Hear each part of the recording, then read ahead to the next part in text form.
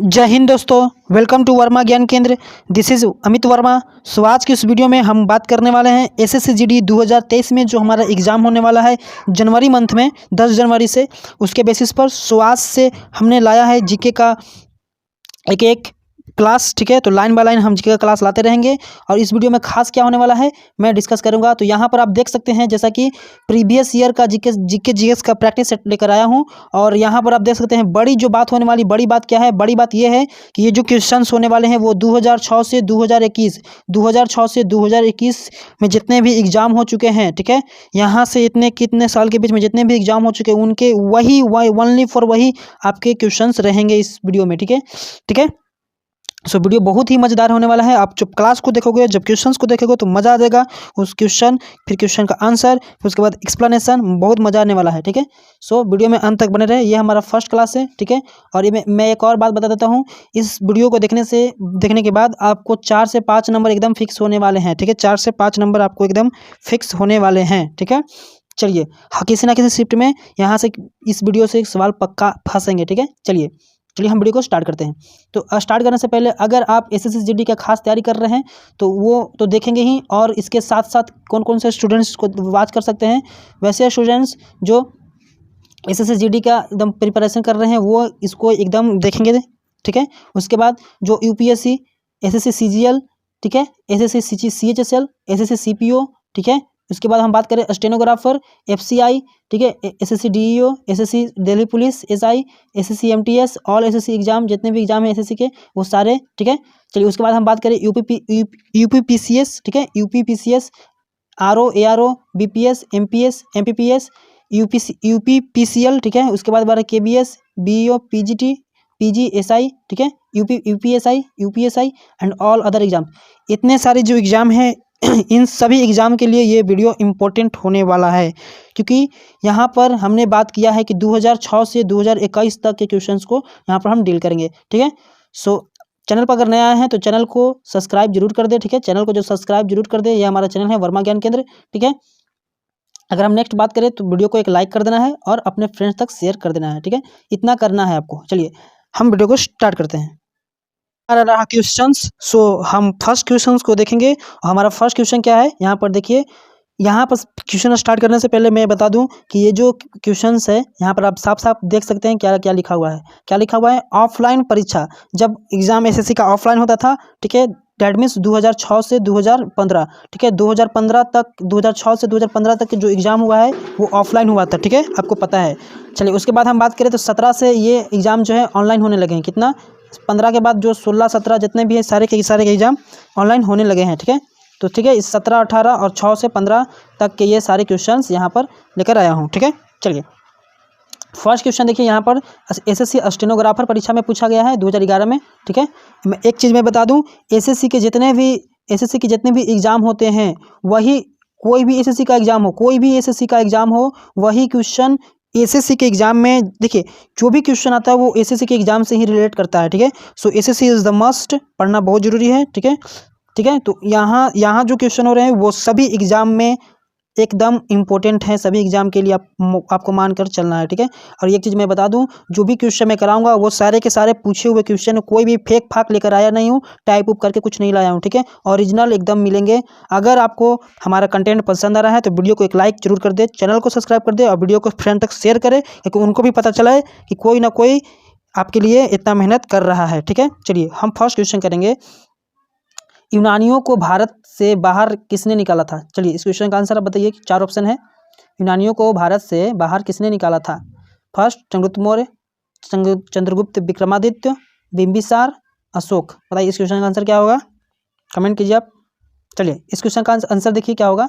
इस क्वेश्चन का आंसर हो जाएगा आपको option number A, option number A हो जाएगा, ठीक है, यानी कि चंद्रगुप्त मौर्य। चंद्रगुप्त मौर्य इस क्वेश्चन का आंसर हो जाएगा। मतलब भारत को यूनानी थे उसको भारत से बाहर निकालने का काम किए थे कौन? चंद्रगुप्त मौर्य।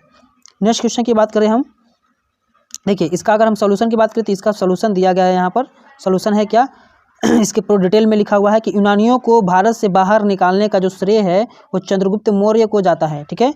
1905 ईस्वी में यूनानी शासक सेलुकस और चंद्रगुप्त मौर्य के मध्य क्या हुआ था, हुए युद्ध के उपरांत संधि के फलस्वरूप सेल्यूकस ने चंद्रगुप्त मौर्य के साथ अपनी पुत्री का विवाह में दहेज के रूप में एरिया आराकोसिया और जेडार्सिया और पेरीमेसदाई के श्रेय को दिया था। सो ये हमारा था क्या, एनालिसिस, सॉरी डिटेल्स, ठीक है। इस क्वेश्चन का, ये जो क्वेश्चन है इस क्वेश्चन का डिटेल्स यहाँ पर पूरा अच्छे से लिखा हुआ है। सो आई होप आपको बहुत ही मज़ा आ रहा होगा, बहुत ही पसंद आ रहा होगा। अगर नेक्स्ट क्वेश्चन की बात करें, देखिए मैं इसी तरह से क्वेश्चन को लाने वाला हूँ, ठीक है, इसी तरह से क्वेश्चन को लाने वाला हूँ। और क्वेश्चन को लाने के साथ साथ मेरा एक मकसद क्या रहेगा कि जो क्वेश्चन मैं ला रहा हूँ उस क्वेश्चन का पहले तो आंसर बता दिया जाए, ठीक है। पहले तो ऑप्शन रहेंगे 4, उसके बाद इस चारों ऑप्शन में उसका आंसर बता दिया जाएगा कि आंसर कौन सा है। और आंसर बताने के बाद यहीं पर नहीं रुका जाएगा, उसका एक्सप्लेनेशन भी बताया जाएगा। सो आपको चीज़ें बहुत अच्छी से याद रहें, ठीक है। सो आपको मज़ा आ रहा होगा वीडियो को देखने में। चलिए नेक्स्ट क्वेश्चन की बात करते हैं, क्वेश्चन नंबर 2। हाँ, इस वीडियो में हम बात करने वाले हैं मात्र 10 क्वेश्चन। कितना? मात्र 10 क्वेश्चन, क्योंकि ये हमारा फर्स्ट वीडियो है। सो वीडियो लंबा होगा क्योंकि बहुत चीज़ें इसमें डिस्कस करने वाले हैं। और जो अगला दिन से जो वीडियो आएगा उसमें हम 20 क्वेश्चन करेंगे, ठीक है। इसमें हम मात्र 10 ही करेंगे। चलिए, चंद्रगुप्त मौर्य ने अपने अंतिम दिन यहाँ गुजारे। चलिए देखिए, कह रहे हैं कि चंद्रगुप्त जो मौर्य है ना, अपने अंतिम दिन कहाँ गुजारे थे। 4 ऑप्शन है, काशी, पाटलिपुत्र, उज्जैन, श्रवणबेलगोला। बताइए कौन सा आंसर होगा इसका। ये देखिए SSC CGL Tier 1 में पूछा हुआ है 2014 में, ठीक है। तो इस क्वेश्चन का आंसर बताइए। 4 ऑप्शन है। चलिए, नहीं पता है मैं बताता हूँ, ठीक है। यहाँ पर देखिए, इस क्वेश्चन का जो आंसर है वो क्या होगा, डी होगा, यानी कि श्रवणबेलगोला। श्रवणबेलगोला में इस जो चंद्रगुप्त मौर्य हैं अपने अंतिम दिन गुजारे थे, ठीक है। चलिए, यहाँ तक कोई डाउट क्लियर है? यहाँ तक कोई डाउट है किसी को? चलिए, आई होप सभी को डाउट क्लियर होगा यहाँ तक, ठीक है। नेक्स्ट क्वेश्चन की बात करते हैं। नेक्स्ट क्वेश्चन क्या है, जैन लेखों के अनुसार, जो जैन लेख होते हैं, जैन लेखों के अनुसार चंद्रगुप्त जो मौर्य हैं, चंद्रगुप्त मौर्य ने अपने जीवन के अंतिम चरण में अपने पुत्र के कक्ष में सिंहासन छोड़कर जैन साधु भद्रबाहु के साथ श्रवणबेलगोला, मैसूर, मतलब जो श्रवणबेलगोला है अब मैसूर में पड़ता है, वहाँ चले गए, ठीक है। श्रवणबेलगोला जो है वो अब मैसूर में पड़ता है, वहाँ चले गए, ठीक है। और यहीं इसने काया कलेश द्वारा शरीर त्याग किया था, ठीक है। और यहीं पर अपने शरीर त्याग किए थे किसने, चंद्रगुप्त मौर्य ने। जैन धर्म में सनेल लेखा सलेखाना कहा गया, ठीक है। शरीर त्याग को ये जो कलेश, काया कलेश है उसको सने खिल्ला कहा गया। देखिए, ये हमारा था क्या, डिटेल। देखो डिटेल आपको पढ़ लेना है, ठीक है। चलिए, कहीं कहीं गड़बड़ी होती है तो कोई दिक्कत नहीं है, माफ़ कीजिएगा। चलिए नेक्स्ट क्वेश्चन की बात करते हैं। आपको बस कंटेंट से मतलब होना चाहिए, ठीक है। चलिए, हमारा नेक्स्ट क्वेश्चन क्या है भाई, चंद्रगुप्त मौर्य का पुत्र कौन था। चंद्रगुप्त मौर्य का जो पुत्र था वो कौन था जी। 4 ऑप्शन है, बताइए आप लोग। बिंबिसार था, अशोक था, बिंबिसार थे, अशोक थे, चंद्रगुप्त जो द्वितीय थे, और बिंबिसार थे। क्या थे? बिंबिसार, अशोक और चंद्रगुप्त द्वितीय। इस क्वेश्चन का आंसर क्या होगा? आप यहाँ पर साफ साफ देख सकते हैं, ये जो क्वेश्चन है कि आप कहाँ पूछा हुआ है, SSC ऑनलाइन स्नातकीय Tier 1, SSC CHSL में, सॉरी CGL में पूछा हुआ है। क्या पूछा हुआ है? CGL में पूछा हुआ है, ठीक है। ये क्वेश्चन कहाँ पूछा हुआ है? CGL में पूछा हुआ है, Tier 1 में, ठीक है, 5 अगस्त 2017 को। तो सारा डेट के साथ है और प्रथम पाली ही पूछा गया है, ठीक है। तो कोई भी फेक फाक चीज़ नहीं है, आप जाकर सर्च कर सकते हैं इसको, ठीक है। चलिए, इस क्वेश्चन का जो आंसर है क्या हो सकता है, ये हो सकता है A। तो इस क्वेश्चन का जो आंसर है A होगा, बिंदुसार। तो बिंदुसार जो है चंद्रगुप्त के मौर्य थे और बिंदुसार के पिता अशोक थे। सॉरी, देखिए, बिंदुसार जो चंद्रगुप्त मौर्य के बेटा बिंदुसार और बिंदुसार के बेटा अशोक, इस तरह से क्वेश्चन को बनाया गया है, ठीक है। चलिए, नेक्स्ट क्वेश्चन की अगर बात करते हैं तो नेक्स्ट क्वेश्चन हमारा है, ये हमारा रहा नेक्स्ट, ये हमारा हो गया, हाँ। चलिए, 4 हो गया, 5 देखिए। चलिए, 5 क्या है जी, 5 ये हमारा हो गया, 3 नंबर हुआ था ना। चलिए, ये हमारा रहा, देखिए यहाँ पर ये डिटेल में लिखा हुआ है 3 नंबर क्वेश्चन का। क्या है कि बिंदुसार सम्राट चंद्रगुप्त मौर्य का पुत्र था। बिंदुसार जो सम्राट है चंद्रगुप्त मौर्य का पुत्र था। बिंदुसार को अमित्र घात भी कहा जाता है। यूनानी इतिहास उसे अमित्रोचटस के नाम से पुकारते हैं। चलिए, ये था डिटेल्स। अगर नेक्स्ट क्वेश्चन की बात करें तो नेक्स्ट क्वेश्चन क्या है हमारा, देखिए इस क्वेश्चन का आंसर बताइए आप लोग। 4 ऑप्शन है यहाँ पर, बताइए क्या होगा। चलिए देखिए, तो बिंदुसार का पुत्र कौन था? अशोक, बिंबिसार, चंद्रगुप्त, अजातशत्रु। तो क्या होगा इस क्वेश्चन का आंसर? अभी हमने जस्ट बताया है, क्या बताया भाई कि एक और चीज़ मैं बता दूं कि जो मैं अभी चैप्टर पढ़ा रहा हूँ ये केवल मौर्य साम्राज्य है। क्या है ये? मौर्य साम्राज्य। ये मौर्य साम्राज्य का पूरा हम मौर्य साम्राज्य करा रहा हूँ, ठीक है। मौर्य साम्राज्य जो है ना वो करा रहा हूँ, ठीक है। सो ये मैं लिखना भूल गया, कोई बात नहीं, चलिए। हाँ बताइए आप लोग। चलिए तो इस क्वेश्चन का जो आंसर होगा क्या होगा भाई? तो अभी बताया कि चंद्रगुप्त मौर्य का बिंदुसार, बिंदुसार का अशोक, तो इस क्वेश्चन का अशोक आंसर हो जाएगा। ये भी पूछा हुआ है क्या? एमटीएस में, एसएससी एमटीएस, यहाँ पर देख सकते हैं एमटीएस टीयर 1 में, ठीक है, 2017 प्रथम पाली। तो ये अशोक हो जाएगा इस क्वेश्चन का आंसर। तो ऑप्शन नंबर ए, देखो ऑप्शन नंबर ए सही है ना। चलिए नेक्स्ट क्वेश्चन की बात करते हैं। देखिए यहाँ पर ये दिया हुआ है ये डिटेल में कि अशोक मौर्य राजवंश का महान सम्राट था या बिंदुसार का पुत्र था, है कि नहीं। चलिए अगर हम नेक्स्ट क्वेश्चन की बात करें तो नेक्स्ट क्वेश्चन क्या है हमारा? तो यहाँ पर आप देख सकते हैं कि नेक्स्ट क्वेश्चन क्या है। नेक्स्ट क्वेश्चन कहता है हमारा कि बिंदुसार के शासन के दौरान अशांति कहाँ थी? बताइए, 4 ऑप्शन है। हाँ तो फर्स्ट ऑप्शन है हमारा उज्जैन, क्या है? उज्जैनी है। उसके बाद है पुलावती, उसके बाद राजगिरी, तक्षशिला। तो अशांति कहाँ थी? मेरे के अकॉर्डिंग तो ऑप्शन नंबर इसका सी होना चाहिए, है कि नहीं। हाँ तक्षशिला में ही अशांति था, इसलिए जो बिंदुसार थे अपने पुत्र अशोक को तक्षशिला में लड़ाई करने के लिए भेजे थे, ठीक है। चलिए तो इस क्वेश्चन का जो आंसर हो जाएगा वो ऑप्शन नंबर सी हो जाएगा, तक्षशिला, ठीक है। ये पूछा हुआ है सीजीएसएल में, ठीक है, कोई दिक्कत नहीं। सीजीएसएल में पूछा हुआ है 2014 में। नेक्स्ट क्वेश्चन की बात करते हैं। नेक्स्ट क्वेश्चन क्या है हमारा? चलिए यहाँ पे देखिए, आप डिटेल है यहाँ पर, आप पढ़ लीजिएगा, ठीक है। चलिए ये कहता है मैं भी पढ़ देता हूँ, चलो। चंद्रगुप्त मौर्य के उत्तराधिकारी एवं उसके पुत्र बिंदुसार शासनकाल में तक्षशिला में विद्रोह हुआ, ठीक है। उसने अशोक को कुमारा मात्य बनाकर वहाँ का विद्रोह दबाने के लिए भेजा था, जैसा कि हमने बताया अशोक को भेजा था बिंदुसार ने, तो ठीक है, ये हमने चीज़ पढ़ा चुका है। चलिए नेक्स्ट अगर हम बात करते हैं तो क्या है भाई? नेक्स्ट हमारा क्या है, देख लीजिए आप लोग। नेक्स्ट हमारा है अशोक के अधीन, अशोक के क्वेश्चन नंबर 6 क्या है? क्वेश्चन नंबर 6 है अशोक के अधीन मौर्य राजतंत्र का सबसे सही वर्णन निम्नलिखित में से कौन सा होगा? चलिए 4 ऑप्शन बताइए आप लोग। 2006 में एसएससी टैक्स असिस्टेंट का जो जॉब परीक्षा हुआ तो उसमें पूछा गया है। तो यहाँ पर देखिए जो फर्स्ट ऑप्शन है हमारा प्रबुद्ध स्वेच्छाधारी, फिर केंद्रीकृत एकाधित, फिर प्राच्य स्वेच्छाचारी और निदेशधारी। तो ये इसका आंसर ही देख लेते हैं ना, थोड़ा उटपटांग क्वेश्चन है। ऑप्शन नंबर ए हो जाएगा इसका, तो ऑप्शन नंबर ए आपको याद रखना है, ठीक है। चलिए इस क्वेश्चन का जो आंसर हो जाएगा ये हो जाएगा प्रबुद्ध स्वेच्छाचारी शासन। चलिए ये था आपके अशोक के शासन काल के समय।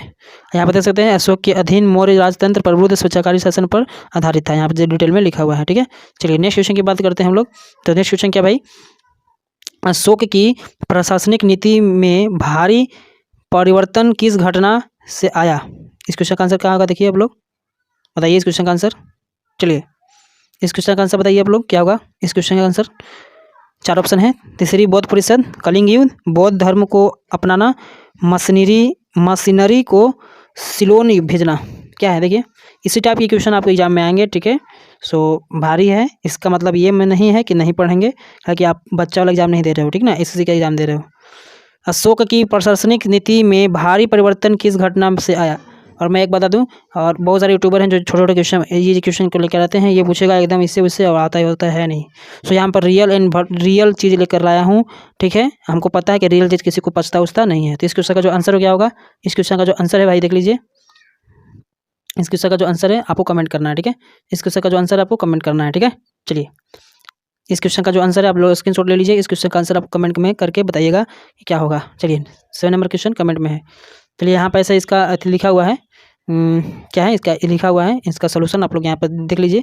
क्या रहा है कि अशोक की प्रशासनिक नीति में भारी परिवर्तन कलिंग युद्ध की घटना के बाद आया, ठीक है। कलिंग युद्ध की घटना के बाद ही बहुत परिवर्तन आया था अशोक में।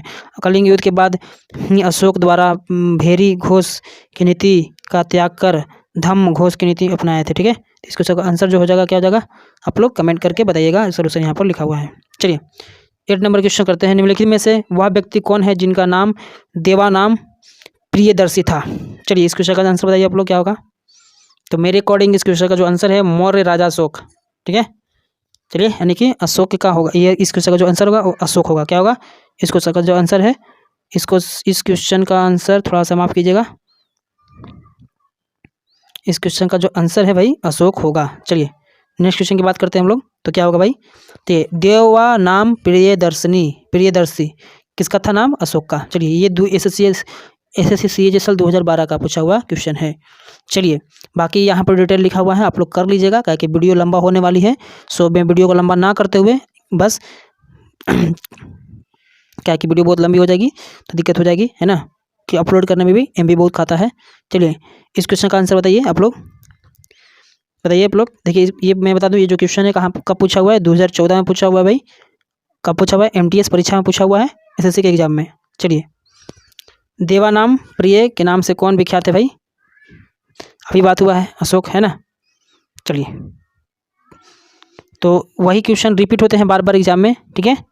चलिए आपको मैं बता दूं, जो क्वेश्चन एसएससी के जितने भी एग्जाम होते हैं बार बार वही क्वेश्चन रिपीट होते हैं।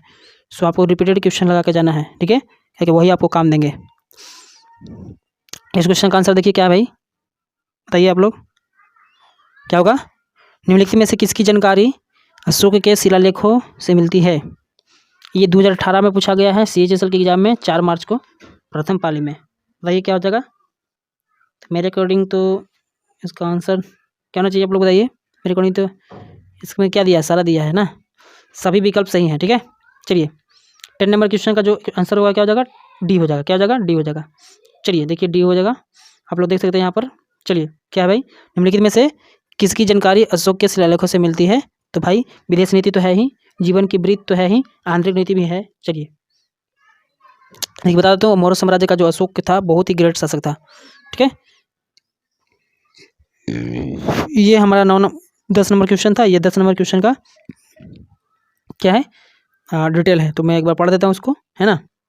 ये क्या कहता है? अशोक का इतिहास हमें मुक्त, अशोक का जो इतिहास है हमें मुक्त उसके अभिलेखों से ही ज्ञात होता है। उसके अभिलेख का विभाजन 3 वर्गों में किया जा सकता है। पहला शिलालेख, स्तंभलेख और गुहालेख, ठीक है। ये 3 विभाजन किया गया है 3 भागों में। कह रहा है 14 विभिन्न लेखों का एक समूह है जो 8 विभिन्न स्थानों से प्राप्त किए गए हैं। इसमें अशोक कालीन विदेशी नीति, आंतरिक नीति, जीवन वृत्त की जानकारियाँ प्राप्त हुई थी। यही तीनों, तो तीनों मिलाकर ऑल आंसर हो गया, सही इनमें से सभी हो गया आंसर। चलिए अशोक के अधिकांश अभिलेख प्राकृतिक भाषा ब्राह्मी लिपि में लिखे गए हैं। कौन से किसमें लिखे गए हैं भाई? तो प्राकृतिक भाषा में लिखे गए हैं और ब्राह्मी लिपि में लिखे गए हैं। फिर से मैं बता दूं कहाँ कहाँ लिखे गए हैं, आपको याद रखना है, प्राकृतिक भाषा और ब्राह्मी लिपि, तो ये इंपॉर्टेंट हो जाता है। चलिए केवल 2 अभिलेखों जो है ना वो शाहबाज गढ़ी एवं मानसेहरा की लिपि, जो दूगो जो लिपि है ना, ये जो 2 अभिलेख हैं, ये दोनों 2 जगह के जो अभिलेख हैं वो ब्राह्मी में ना होकर खरोष्ठी में है, ठीक है। आपको याद रखना है किसमें है? खरोष्ठी में है। आपको याद रखना है अधिकांशतः या तो ब्राह्मी में है या तो प्राकृतिक भाषा, या तो प्राकृतिक भाषा या तो ब्राह्मी लिपि में है, ठीक, समझ रहे हैं आप। तो ये दोनों को छोड़कर ये दोनों है ना वो क्या है भाई? खरोष्ठी में है, ठीक है। चलिए तो ये हमारा था आज का सेशन। तो सेशन कैसा लगा आपको, ठीक है, कमेंट करके ज़रूर बताइएगा। और नेक्स्ट वीडियो चाहिए कि नहीं चाहिए आप लोग कमेंट कीजिएगा, क्योंकि कमेंट करोगे तभी मैं बना पाऊँगा, कि ऐसे बना नहीं पाऊँगा, ठीक है, क्योंकि वीडियो बनाने में बहुत मेहनत लगती है। देखो मैं व्यू और वॉच टाइम के लिए नहीं बना रहा हूँ वीडियो, सो आप कहोगे तभी बनाऊँगा, नहीं तो नहीं बना पाऊँगा, क्योंकि मैं भी SSC का तैयारी कर रहा हूँ, ठीक है। सो आज की वीडियो में इतना ही। अगर वीडियो अच्छी लगी हो तो एक लाइक कर दें, एक प्यारा सा कमेंट करें और वीडियो को शेयर कर दें अपने फ्रेंड्स तक, उनको पता चले कि भाई कोई ना कोई मेहनत कर रहा है किसी ना किसी के लिए, ठीक है। सो आज की वीडियो में इतना ही, मिलेंगे किसी खास वीडियो में और नए वीडियो में। सो आप लोग कहोगे तो मैं इसका वीडियो एक और लेकर आऊँगा, ठीक है। ये 2 पार्ट में, इसमें 29 क्वेश्चन है और आप 29 का 29 क्वेश्चन लगा लेंगे, यकीन मानो। देखो इसमें मैं फिर से बता दूं, इसमें जो क्वेश्चन है भाई वो 29 हैं। कितने हैं? 29 क्वेश्चन है मेरे पास, ठीक, मतलब 30 समझ लो, 30, मैं इसमें 10 करा दिया हूँ, ठीक। अगर कहोगे तो मैं 20 क्वेश्चन का सेट लेकर आऊँगा, ठीक है। तो मतलब 2 वीडियो में पूरा मौर्य साम्राज्य हो जाएगा ख़त्म, ठीक है। तो अगर कहोगे तो मैं GK GS का केवल वीडियो डालूंगा और 3 वीडियो डालूंगा, एक सुबह, एक शाम, एक दोपहरिया, ठीक है, 3 समय डालूंगा, एक टाइमिंग बना दूंगा। और मैं आपको एक दावा देता हूँ कि SSC GD का मतलब दिसंबर तक, ये पूरा 1 महीना में, पूरा दिसंबर में अगर मैं एक भी वीडियो डालता हूँ, देखिए यहाँ पर अगर एक दिन में मैं 3 डालता हूँ तो 20 दिन में कितना जाएगा, 20 × 60 वीडियो हो जाएगा। समझ रहे हैं ना आप।